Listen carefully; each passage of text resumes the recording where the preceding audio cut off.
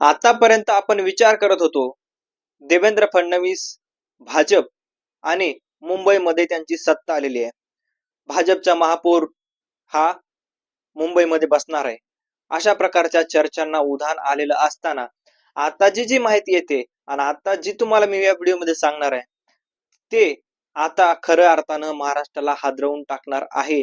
कारण मुंबईमध्ये फक्त ठाकरेंचाच म्हणजे उद्धव ठाकरेंचाच महापौर बसणार असल्याची खात्रीदायक माहिती तुम्हाला या व्हिडिओमध्ये ऐकायला किंवा पाहायला मिळणार आहे. नेमकं घडलंय काय आणि उद्धव ठाकरेंचा महापौर बसणार असं आपण का म्हणतोय? एकनाथ शिंदेंनी लपून ठेवलेल्या जे काय महापौर त्यांचे नगरसेवक आहेत ते नगरसेवक नेमके कुठे आहेत हेच आपल्याला या व्हिडिओमध्ये संपूर्ण पाहायचं आहे. नमस्कार, मी रणजित आणि तुम्ही जर या चॅनलवर नवीन असाल तर चॅनलला सबस्क्राईब करा.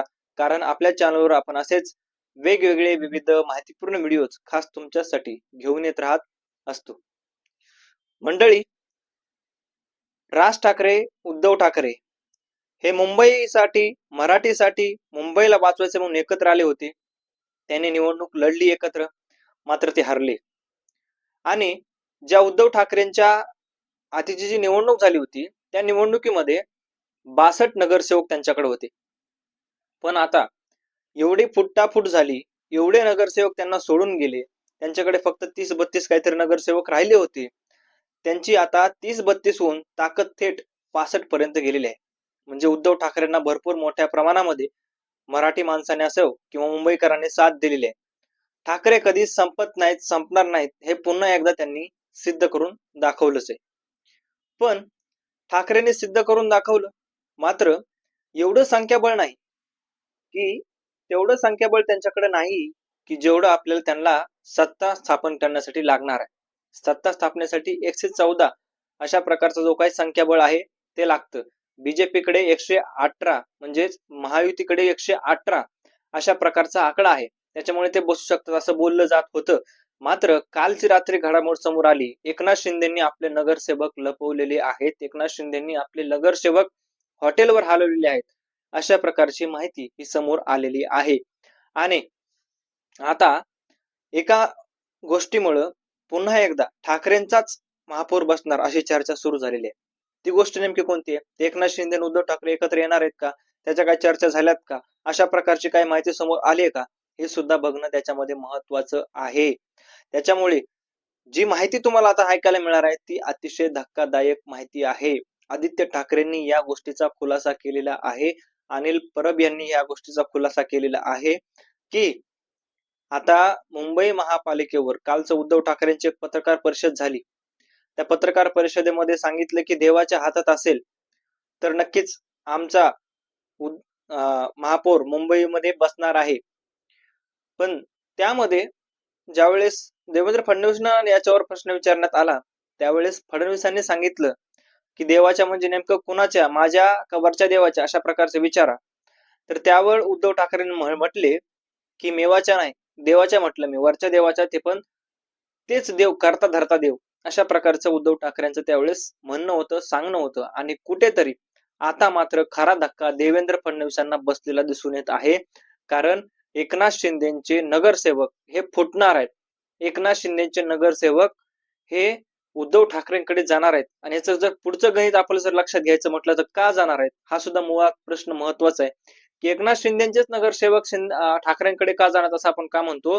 कारण मुंबईमध्ये जे ठाकरेंची ताकद आहे, आजपर्यंत जर मुंबईमध्ये आपण पाहिलं तर मुंबईमध्ये ठाकरेंचे 10 आमदार निवडून आले, शिंदेचे 6 आमदार निवडून आले. म्हणून शिंदे ठाकरे याच्यामध्ये जर आमने सामने जर आले तर कधीही ठाकरे शिंदेना जड आहेत.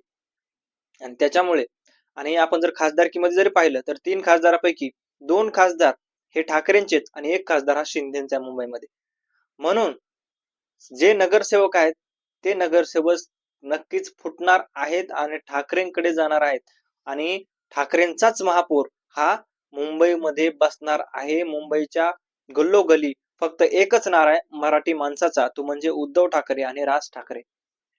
आता हे त्यांच्याकडले काही नगरसेवक प्लस काँग्रेसचे काही नगरसेवक आणि मनसेचे काही नगरसेवक या सगळ्यांचा ताळजोळ लावून उद्धव ठाकरेंची सत्ता मुंबईमध्ये येणार असल्याची माहिती समोर येत आहे.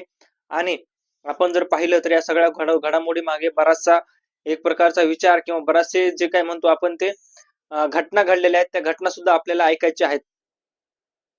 एकनाथ शिंदेनी हॉटेलवर आमदार का लपवले, नगरसेवक का लपवले हे सुद्धा बघणं महत्वाचं आहे. आमदार म्हणलं मी, सॉरी, नगरसेवक का लपवले हे सुद्धा बघणं महत्वाचं आहे. तर एकनाथ शिंदेची मागणी अशी आहे की शिवसेनेचाच महापौर मुंबईमध्ये बसायला पाहिजे. मला कुठलाही दुसरा महापौर नकोय किंवा आमचा दुसरा कुठलाही महापौर हा तिथं बसला गेला नाही पाहिजे, बीजेपीचा महापौर बसला गेला नाही पाहिजे.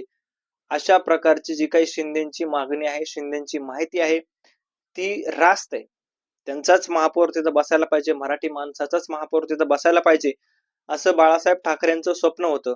आणि तेच स्वप्न धरून एकनाथ शिंदे सुद्धा म्हणतायत की आमचाच महापौर तिथं बसला गेला पाहिजे. मात्र यामध्ये भाजपचा तीव्र विरोध असल्याचं सुद्धा दिसून येत आहे. याचं कारण म्हणजे संख्याबळ.